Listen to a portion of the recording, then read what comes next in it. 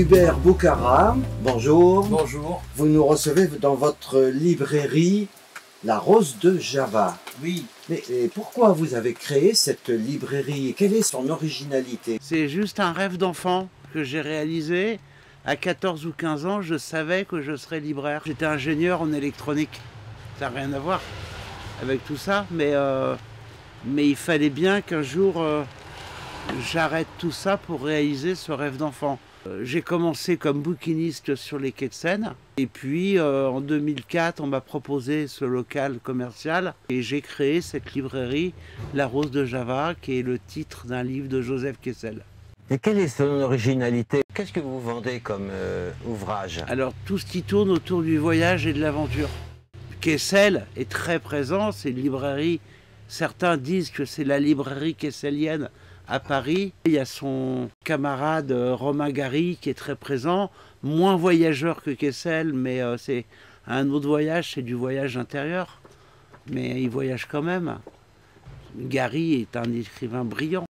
Kessel aussi, même si c'est pas la vie de tout le monde, peu importe. Et puis j'ai une autre spécificité, c'est tout ce qui tourne autour du judaïsme. Israël, le sionisme, et j'en fais un combat personnel parce que j'ai une vitrine qui est exclusivement réservée à ça. Je le fais parce qu'il y avait des gens d'extrême droite qui fréquentaient un restaurant un peu plus loin qui s'appelle La Mer Agitée, exclusivement fréquenté par des gens d'extrême droite. Je le fais exprès, c'est une forme de provocation, ça m'a attiré quelques problèmes parfois, mais c'est le risque à courir, évidemment. Moi, je les voyais passer. Parfois, ils rentraient. J'ai eu Bruno Gollnisch qui est rentré. C'est un type extrêmement poli. Tellement poli que c'est limite obséquieux. Mais bon, c'est pas grave. Puis après, il y en a d'autres à qui j'ai interdit l'accès. Jérôme Bourbon, qui est le rédac-chef d'un truc d'extrême droite, Rivarol, lui, je lui ai interdit l'accès. Alors parlons d'amitié.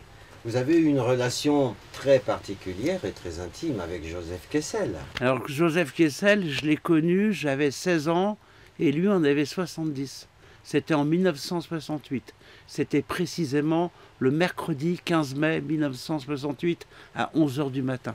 À quel endroit? Devant l'Institut, devant l'Académie française. J'ai provoqué cette rencontre en écrivant dans des cahiers d'écoliers, dans des grands formats, avec une spirale en métal.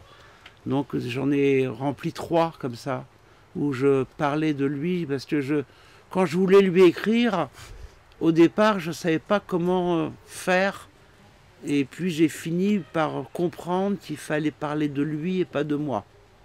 Donc je parlais de lui au travers de ses livres. Dans le dernier, à la fin, j'ai expliqué qui j'étais, avec mon adresse, un numéro de téléphone, etc. Et il m'a contacté par téléphone. Voilà. Et donc on s'est vu une première fois devant l'Institut. Ça a duré presque toute la journée. Donc il m'a emmené déjeuner, après on s'est baladé.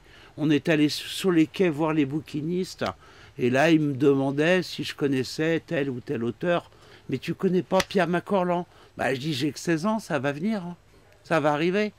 Il trouvait que j'étais quelqu'un de très impertinent. Voilà. Vous avez rédigé des ouvrages pour parler de ces auteurs-là. Alors j'en ai fait un. C'est lequel par exemple? C'est celui-ci là. Jeff, Romain, Arthur et les autres.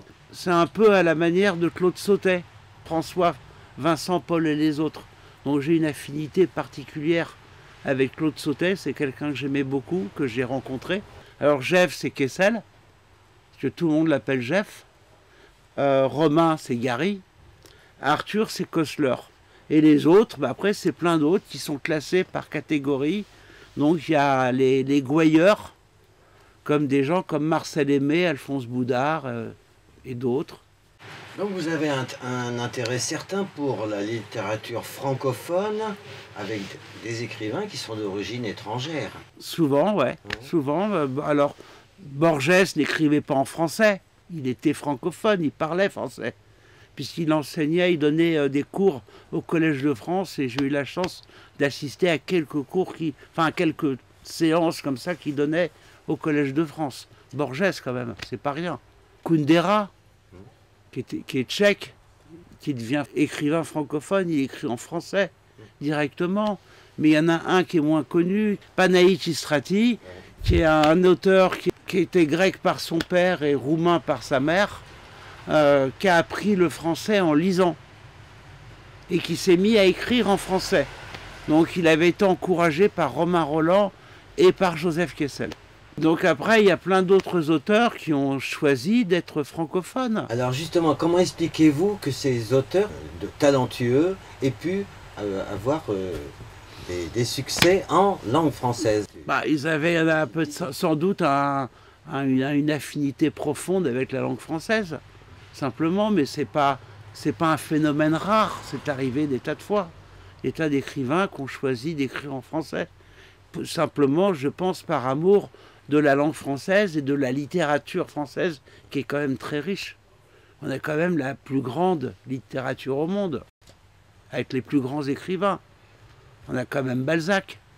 Tout le monde, chaque pays n'a pas un Balzac. Une question d'actualité.